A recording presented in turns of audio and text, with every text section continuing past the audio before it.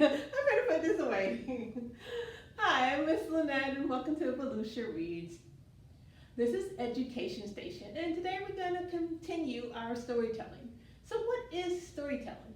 It's how people share history and family stories by word of mouth from one generation to the next. Some call them griots, but for this program we're just going to call them storytellers. Storytellers, just like movies or books, stimulate our imagination. And today we'll give you a few more tips on storytelling. If you have not seen the first video, look for it on our YouTube channel, Volusia Kids Read, under Ed Station. But no worries, you will not get lost if you watch today's video before watching the beginner storyteller. But watching the first one does help, so don't skip it. Let's get started.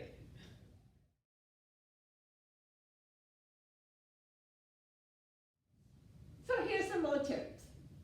Decide if you want to use props. A really good storyteller can charm you with just their voice and the story they're telling.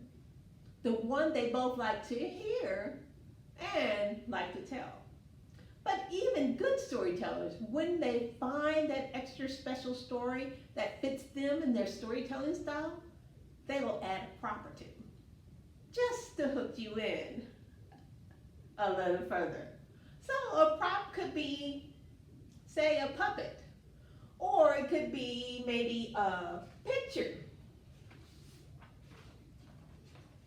or an object. Maybe it's a toy, maybe it's a towel, maybe whatever your prop is, a rope. Use those as something to add to your story.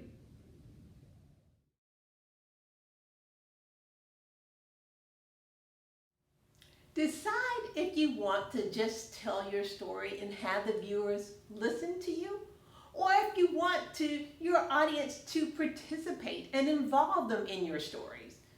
If you really want to bring them in and get them connected all the way until the end of the story, you'll add at least one audience participation story. What is audience participation? It could be something as simple as a sound or an action that your viewers can do from where they're seated. Maybe it could be the cow.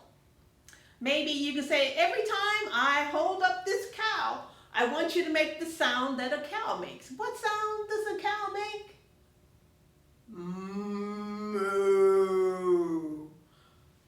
Or maybe you might want to do it with a picture. Every time I hold up this picture, I want you to say what a cow says. What does it say? Moo. Another way to kind of engage your audience is to bring them front and center. That means to pull them out of their seat and have them come up front. And you will find, especially with younger audience, everybody is raising their hands, me, all to be up front and participate. And you'll keep them engaged if you do. You can give them a task to perform. Or maybe you could say, every time this person here, maybe the child is named Simon. Every time Simon holds up the picture of the cow, I want all of you to say what a cow says. Okay? Move. And if there's another picture, maybe it's a picture of a dog. Every time Imani holds up this picture of a dog, I want you to say, woof, and so forth. And so you can pull some people from your audience and still have the audience, all those that are not called up, participate as well. And that way everyone gets a turn.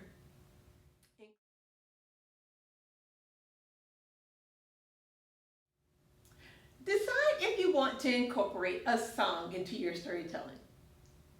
Only do this if you feel comfortable singing in front of others. Now you're probably going, oh, Miss Lynette, no, I can't do it. If you're not comfortable singing in front of others, just remember, you don't have to sing the whole song. Whether you sing on key or off key, in tune, out of tune, you can just sing the chorus or one stanza. And guess what? If it's a classic or if it's familiar to the audience, they're going to join in with you. And they might even complete the song for you. So Example is, maybe I named this cow Clementine. And most people know the song, Oh Darling, Oh My Darling Clementine. So, my cow's lost and her name is Clementine. I need y'all to help me sing and hopefully she'll come out. Oh my darling, oh my darling, oh my darling Clementine. You are lost and gone forever, dreadful sorry Clementine. Clementine, where are you? And Clementine comes out. So you could try that. If it's by chance a catchy tune, or your audience can become absorbed into that song. Maybe it could be Tony Chestnut, or maybe it could be the Tootie Top, the Tootie Top, the Tootie Top, Tootie Top, or it could be some other song that makes them move, and you can lend your voice to it. You don't have to start unless you intend to finish. So don't start it unless you intend to finish it. Let me repeat that. Don't start it unless you intend to finish it. You don't want to fall flat or pause or let the crickets chirp. What I mean is too much silence. Own your voice. High pitch or low pitch. On key or off key, own it. And let your voice come out.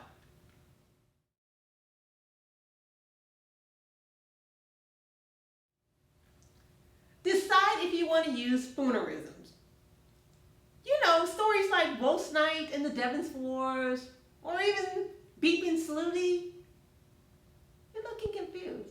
Oh, I'm sorry, I forgot. I got to tell you that Spoonerisms are mixed up stories. It's where you take the first letters of two different words and you switch them. So Wolf's Night in the Devon's Wars is actually Snow White and the Seven Dwarfs. And Beeping Sleuty, can you guess? Sleeping Beauty. Spoonerisms can be challenging and will require a little extra practice, but can be a hit if you get it right. But remember, practice loosely. Try it out in front of your close families and friends before taking it on the road. But Spoonerisms can be a lot of fun. These are my tips from me to you, from one storyteller to another storyteller. So let's go over those again. Remember to decide if you want to use props. They're not necessary, they're just an addition, so yes or no to props. Choose if or how you're going to allow your audience to participate. Will you give them cues from their seats or call them front and center? Resolve if you will add a song. It doesn't even have to be long. It can be short. And opt in or opt out of Spoonerisms, the mixed up stories. Don't forget to watch the other video, The Beginning Storytellers. It gives you a little heads up or tips to continue your storytelling adventure.